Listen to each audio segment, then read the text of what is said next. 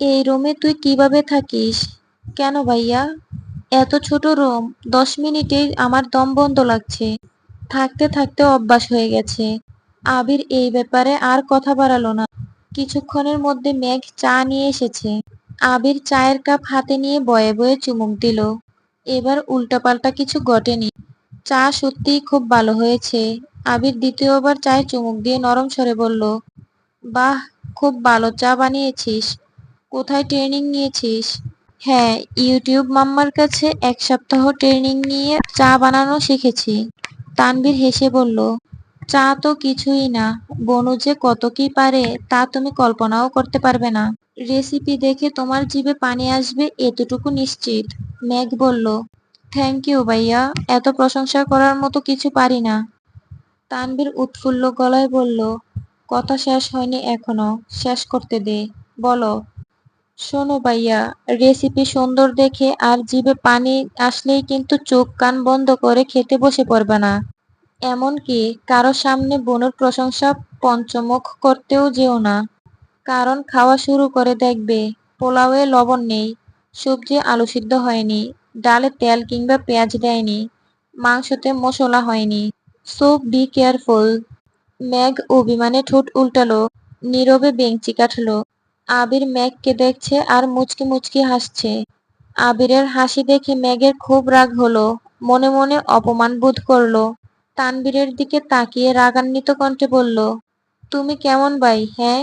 বাইরের মানুষের সামনে নিজের বোনকে অপমান করছো?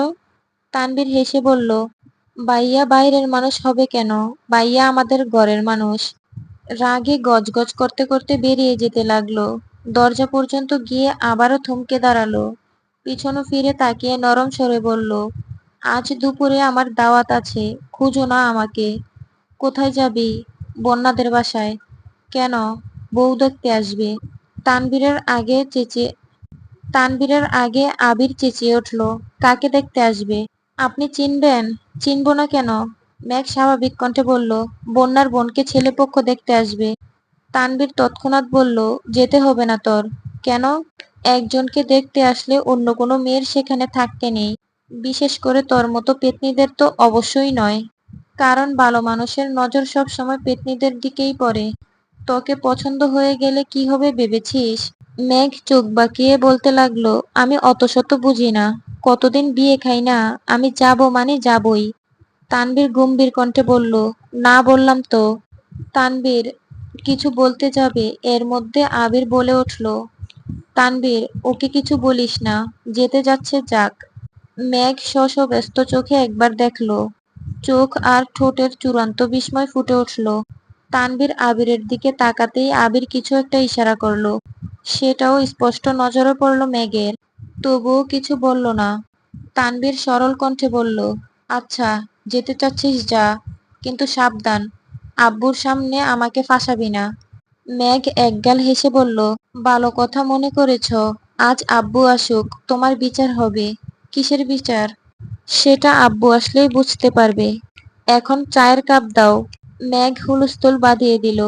তানভীর আকুল কণ্ঠে বলল, চা শেষ হয়নি তো, আর খেতে হবে না তোমার। এই কাপগুলো আমার, তুমি ফেলে দিয়ে ভেঙে ফেলবে। তানভীর মজার ছলে বলল, এই কাপগুলো কি শ্বশুর বাড়িতে নিয়ে যাবি? অবশ্যই নিয়ে যাব। সকাল বিকেল শ্বশুর শাশুড়িকে এই কাপে চা দিব আর বলবো, এগুলো আমার বৃত্তির টাকায় কিনা। আর জামাইকে কি বলবো জানো? তানভীর আবিরকে এক নজর দেখে বলল, সেই কথা জামাইকে বলিস বোনু। তানভীরের মুখের থেকে কথা কেড়ে নিয়ে আবির বলল, শুনি কি বলবি? তৎক্ষণাৎ হুঁশে ফিরল মেঘ। সঙ্গে সঙ্গে নিজের মুখ চেপে ধরল, বিড়বিড় করতে লাগলো, সরি, মেহমানের সামনে মুখ ফসকে গেছে। মেঘ আবিরের হাত থেকে কাপ নিয়ে দ্রুত ছুটল। আবির আবারও বলল, আস্তে যা।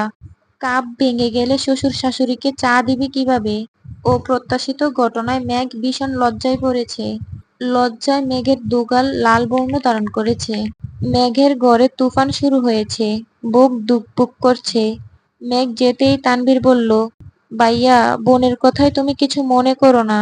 কোন কথায়? তোমাকে বাইরের মানুষ বলল। এখনো ঘরের মানুষ হইনি, তাই বাইরের মানুষ বললে খারাপ লাগার কোনো কারণও নেই। প্রথম দেখাতে তোর বোন ভালোবেসে জড়িয়ে ধরবে সেরকম কোনো সম্পর্কও আমাদের মাঝে নেই। সবচেয়ে বড় বিষয়, তোর বোন যে আমার সাথে ভালোভাবে কথা বলেছে সেটাই অনেক।